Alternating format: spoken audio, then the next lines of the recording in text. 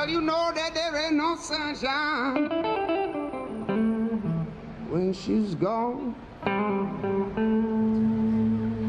I said there ain't no sunshine when she's gone now.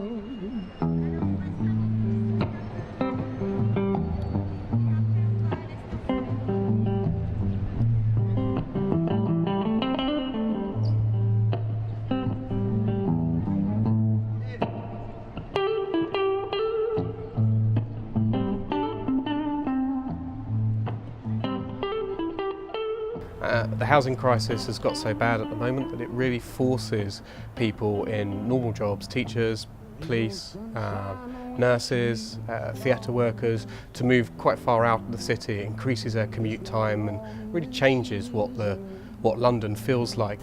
The demand for housing in London is very high and it's growing.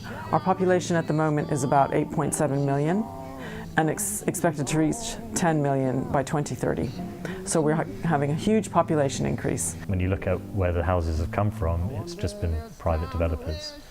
So that's one of the main issues, and that's a long-term issue for the last 30 years where governments have stopped and local authorities have stopped building houses. I've worked in housing for 17 years, in affordable housing mostly, so trying to help people that need a place to live but can't afford to live in one of the most expensive cities in the world. We're a housing charity, and our sole purpose is to help people with regular salaries, regular working Londoners be able to stay and live somewhere near the centre of town.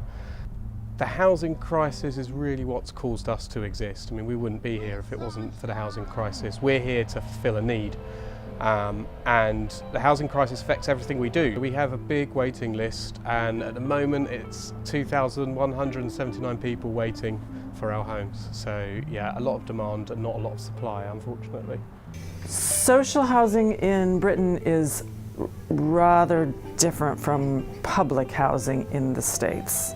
First of all, there's a lot more of it. Almost 20% of the housing stock in England is social housing. Secondly, it's not all owned by cities. In fact, most of it is not owned by the cities. It's owned by housing associations, which are private charities that are there to provide housing. It is mostly rented out to people with lower incomes, but they're often people who are working. If you've been a council tenant for at least 3 years, you'll have the right by law to buy your house, and that's that. And you'll be able to buy it at a price that's 1/3 below market value. In the early 1980s, British social housing policy changed. Prime Minister Margaret Thatcher enacted the right to buy, a major provision instituted through the Council House Acts of 1980 and 1984. Right to buy allowed for tenants to purchase council homes from the government at substantial discounts, turning social housing into privately owned housing. So they would buy their apartment or their house, and then that was no longer a social home that could be rented out to somebody else, but there was no provision for building new ones to replace them. So the stock shrunk and shrunk. Today, these privately owned homes are some of the most expensive properties on the market. Locations like the Barbican Centre, which used to be social housing, were bought out by private tenants and are now some of the most desirable and expensive places to live. Meanwhile, councils have not built enough new council homes to keep up with the demand from average Londoners. Existing social housing, the turnover is really low. People who live in social housing, until very recently, is if you moved into a social housing flat, you had a permanent lease. You could stay there until you died. They've now changed that rule, but anybody who was in a social home until, about 3 years ago, they still have that kind of a lease. And so they tend not to move. So there are very few vacancies in the social stock, and often, a local authority, City Hall, will have people who are homeless, people who have really serious problems and need to have somewhere to live, and they simply don't have any empty homes that they can put them in because there are no vacancies. Now they are making a big effort to build more, but it hasn't caught up with the amount that's been lost. The critically low supply of housing in London has driven up prices to more than 5 times their 1970 level after adjusting for inflation, putting a strain on those trying to find affordable housing. You pay double to live in central London. So on the outskirts, you should expect to pay for a one-bedroom flat £1,000 a month, £800 a month if you're lucky. But in central London, in Mayfair, you would, for a pretty bad one-bedroom flat, you'd pay £2,000 a month. And then, of course, you've got crazy kind of serviced apartments attached to hotels in Park Lane where you could pay £18,000 a month. It's really common in London for university graduates, when they come to work in London, they move back in with their parents, often for several years, until they can afford to get a place of their own. But if you don't have parents in London, you can't do that. If your parents can't afford to help you out with the rent and so on, you are at a really serious disadvantage. People who have lived in London for decades are now finding it impossible to retain their homes, as residents are priced out of their own property. There are homes being built, but often not for the average citizen. I think there's two main factors. One is the fact that local authorities and national government have not been building houses, and when you look at where the houses have come from, it's just been private developers. So that's one of the main issues, and that's a long-term issue for the last 30 years where governments have stopped and local authorities have stopped building houses. The second factor, I would say, is the type of homes that are being built. We have large areas where new homes are going up, thousands of new homes, but no one is necessarily living there. They're bought by rich investors.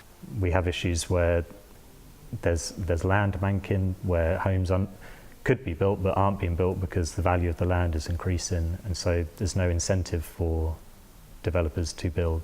Many Londoners have moved further and further away from the centre of the city in search of cheaper housing. However, the city's geography limits them. Basically, you have to imagine, if you look at a map, London is, in the middle of the land mass of southern England, but in planning terms, it's an island. It's like an island in the ocean, and that ocean is the Green Belt. The Green Belt is a protected area of land which encircles London, measuring approximately 10 to 25 miles wide. It was designated in 1947 to allocate certain spaces for building and preserve other spaces for nature. Even today, no housing can be built within this preserved area. So the idea is to retain the separation between the city and the country, to have a city that's properly city and the countryside is countryside, to stop the kind of evil spread of the tendrils of the city out into the beautiful green area. But because it's been in place since 1947, everyone in the country basically has grown up with this. It's a bit like having the Queen or something. It's just seen as a good thing. The Greenbelt poses us a number of challenges. The only way to get around it is to build around it. You can't build on it. It's there for important reasons. It stops London becoming this behemoth and bleeding into all of the villages and towns that are around it. So it needs to stay there, but it just means that we need to get a lot better at building on the land we do have in central London. I think the debate around the Greenbelt is a bit of a red herring. When people think of the Greenbelt as well, they think of fields and forests, and what can be classified as Greenbelt, people need to understand as well. A car park can be classed as Greenbelt, so I think we need to really look at what we mean by the Greenbelt, and where there is areas where we can build on, we can. Now, there's so much land in London which we can build on and build higher density without having to impact on the Greenbelt. Local government officials play a major role in creating affordable housing for their constituents. However, the housing policies put forth are dependent on which party holds power. And the Conservatives here in Hammersmith and Fulham, they referred to people who live in council housing as living in a culture of dependency and expectancy.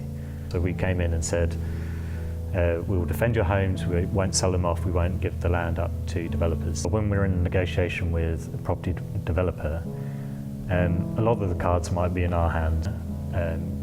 We can really influence what type of homes are being built as well. But that often depends on the relationship you have with the developer. We can't build homes ourselves. It's either through housing association or through developers, and so we can negotiate with them in terms of what type of homes we are going to be built. Many people are forced to live in the outskirts of the city, oftentimes far away from where they work. Local government and organisations like Dolphin Living are working to solve this issue. Dolphin Living has been successful at what we're trying to do. We work with people who earn anything from £15,000 a year up to maybe a couple that live together, and between them they might earn 70,000, 80,000. That's really our upper limit. So our charity is here to try and help those people, and it's only through charities like ours that those people find that they can live with a relatively short commute to work and be part of the community where they work as well. We increase or set the rents that they pay based on their ability to afford them. So we look at how much they earn, we look at how many people they've got in their household, how many mouths they've got to feed, and using some university research about living costs, we work out how much they need in order to live a good quality of life. And we look at what's left over and we take some of that towards our rent and make sure the rent is always something they can afford. Despite the progress made by housing associations and charities, there is still more work to be done. The local councils are facing challenges with regards to obtaining help from the government, and the practicality of solving the problem is questionable.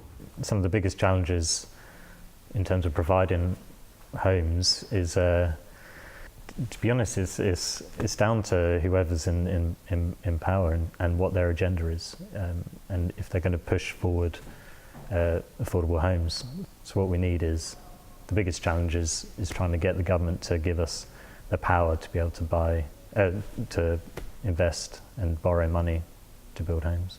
The mayor has a legal obligation to produce a housing plan with numbers in it and a planning document and to produce these targets, but he doesn't have any way of ensuring that they happen, because the people who build the houses are the developers, who are private companies, and if they don't think they can make a profit, they won't build the homes. And there are also questions about whether it's technically possible, whether we have the manpower, the skilled labor, the bricks even. So I have my doubts.